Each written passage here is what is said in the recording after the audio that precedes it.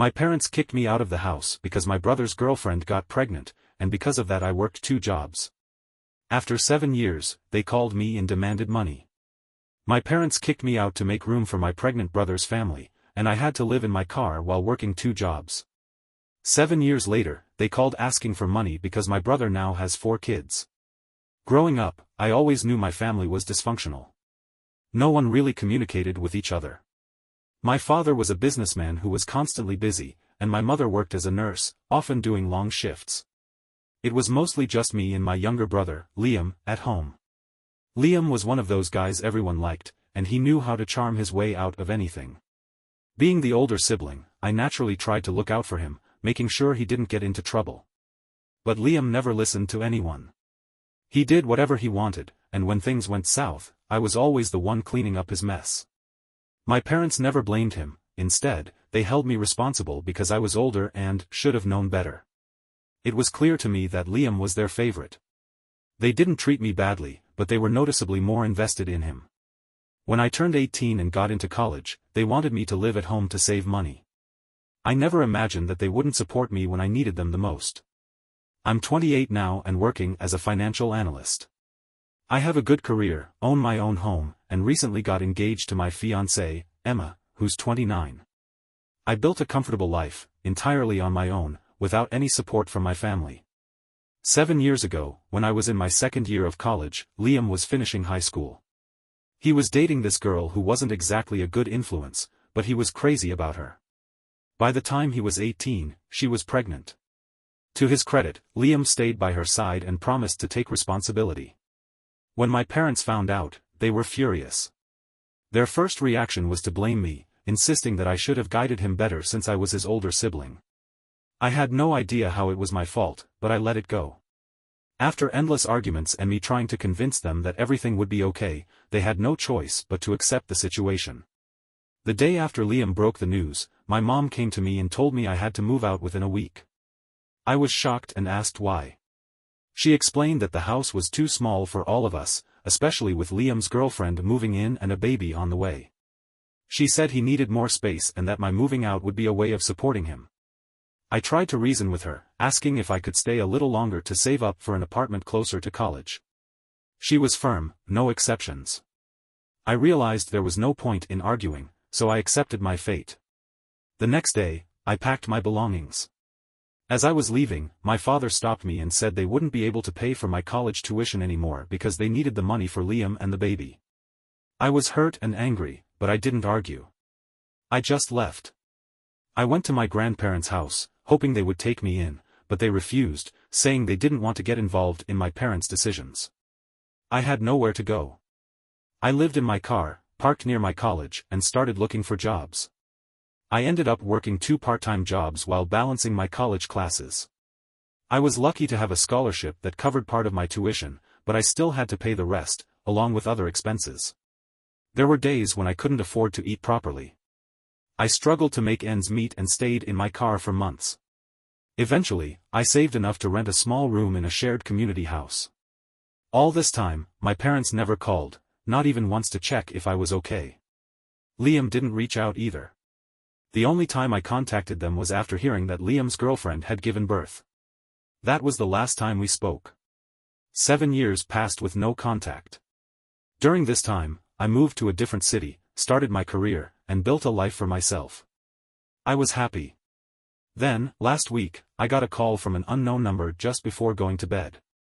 I thought it might be a work-related call, but it was almost midnight, so I planned to ask them to call back during office hours. I answered, and to my surprise, it was my mother. After 7 years of silence. At first, I thought she missed me and wanted to reconnect. She made it seem that way, and I was emotional. Hearing her voice after so long, I broke down. I told her about my life, my career, and my engagement. I even invited her to my wedding. I was ready to forgive her and forget about the past. But then she revealed the real reason she called: they needed my help with Liam and his kids. Kids. Plural.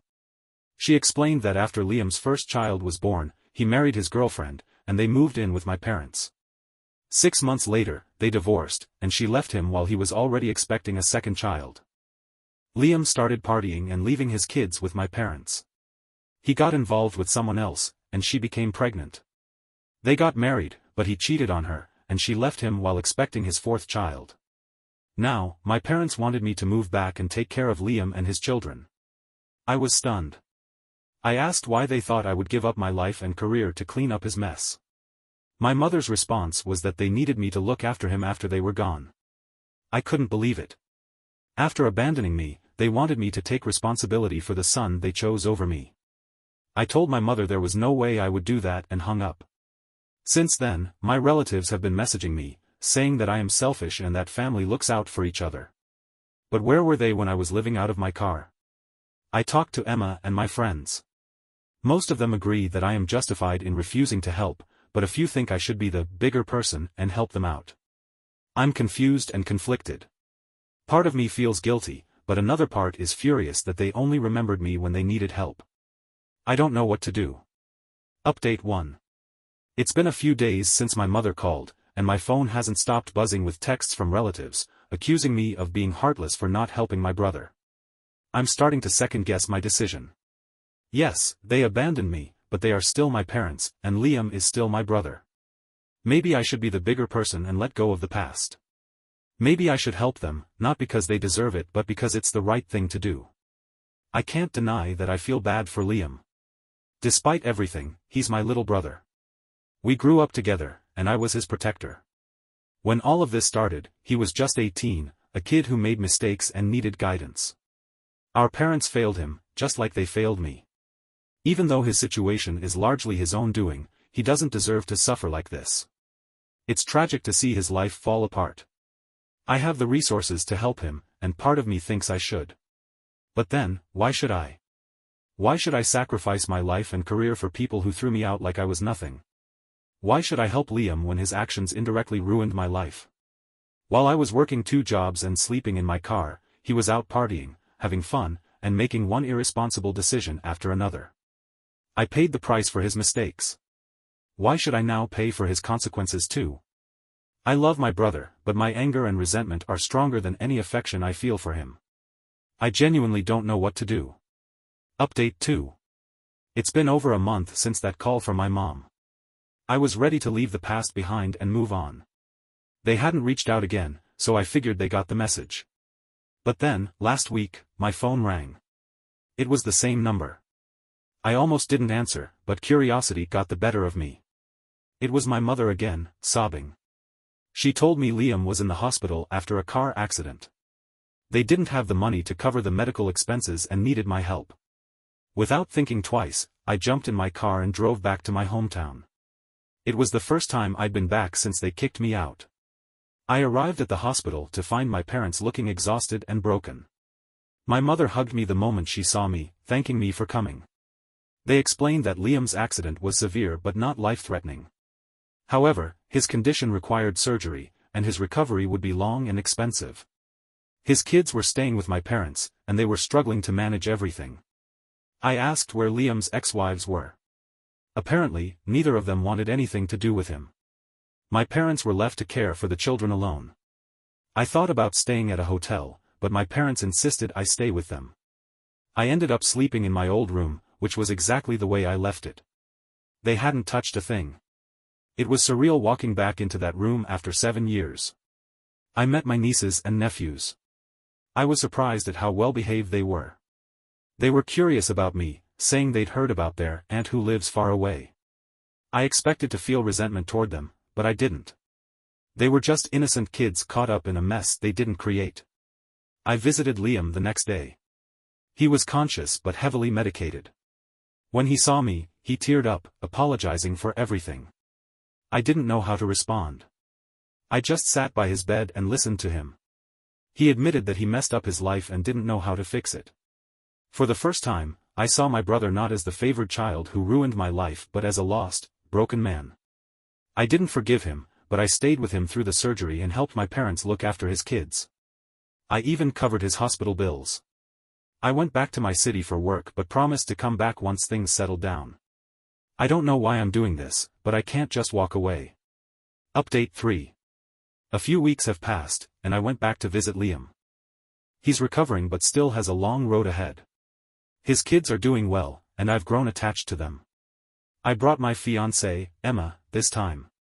Liam wanted to meet her, saying he wanted to know more about my life. He seemed genuinely happy for me.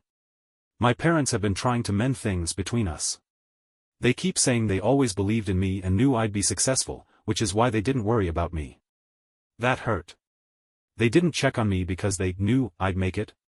I told them I was homeless, starving, and working 2 jobs to survive. I asked where their faith was when I needed a place to sleep. They were speechless. My mother started crying, and my father looked away, avoiding eye contact. I didn't let them off easy.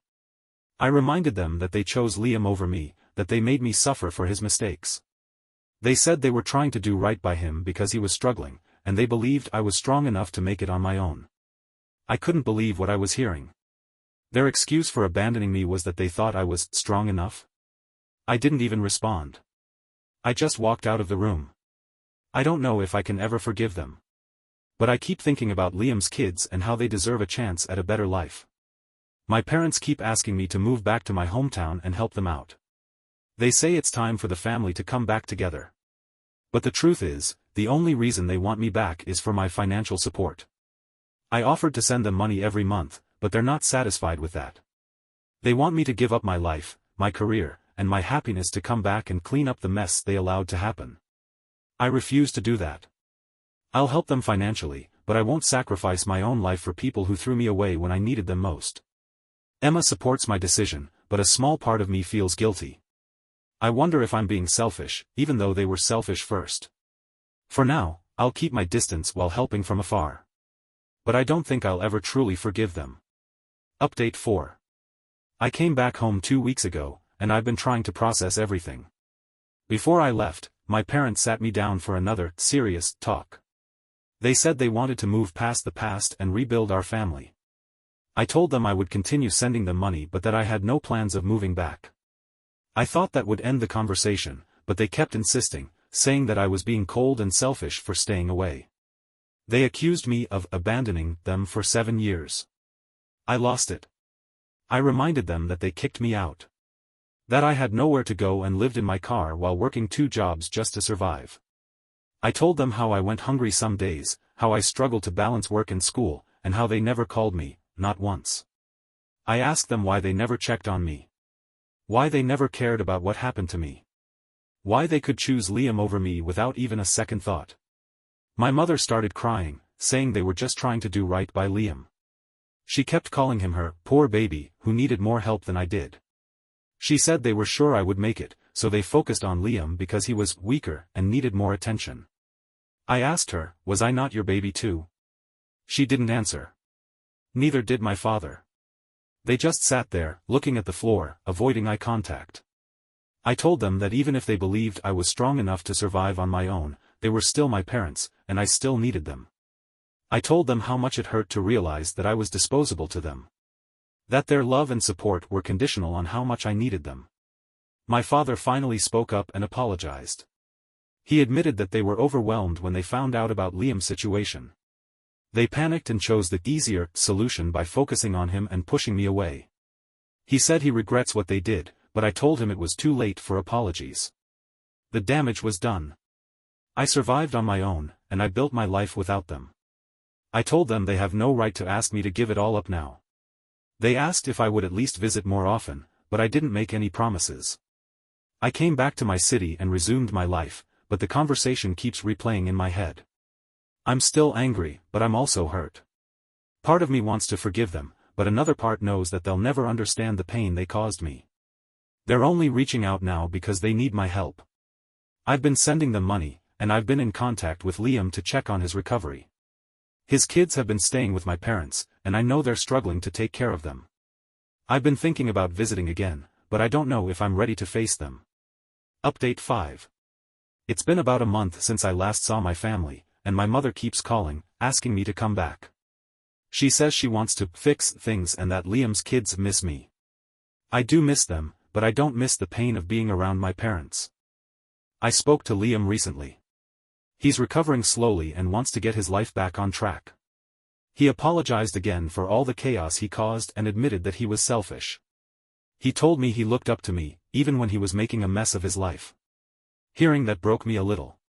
He said he wished he was more like me, that he envied my independence and strength. I didn't know how to respond. I told him I didn't feel strong at all, I felt abandoned and broken. He apologized, and I could tell he meant it. But I still don't know if I can forgive him. My parents are another story. My mother keeps talking about the importance of family and how we need to be together. She says it's time for me to let go of the past and move on. She doesn't understand that the past isn't just in the past. It's something I live with every day. Every time I look at my old room, I remember packing up my things, knowing they were choosing Liam over me. I remember sleeping in my car, scared and alone, wondering why my parents didn't care. I remember working long hours at miserable jobs just to afford one meal a day. How do I move on from that? How do I forget that they abandoned me? I told my mother that I would never move back. She said I was being stubborn and that I needed to stop punishing them. I hung up the phone. I've decided that I'll continue to send them money because I don't want Liam's kids to suffer. But I won't visit them anytime soon. Emma has been supportive through all of this, reminding me that I don't owe them anything. But I still feel guilty, even though I know I shouldn't. I've been thinking about writing them a letter, explaining everything I went through and why I can't forgive them. Maybe then they'll understand. But even if they don't, at least I'll have said my piece. For now, I'm focusing on my life here, with Emma and my career. I've worked too hard to throw it all away. I don't know if I'll ever fully forgive my parents, but I've accepted that I can't change the past. I can only decide how much of my future I want to give them. Right now, that's not much. Final update. It's been several months since I last visited my family, and I've made my decision. I won't be going back. I'll keep sending them money, and I'll stay in touch with Liam and his kids, but my relationship with my parents is over. I realize that they aren't sorry for what they did, they're just sorry for the consequences. They don't regret abandoning me.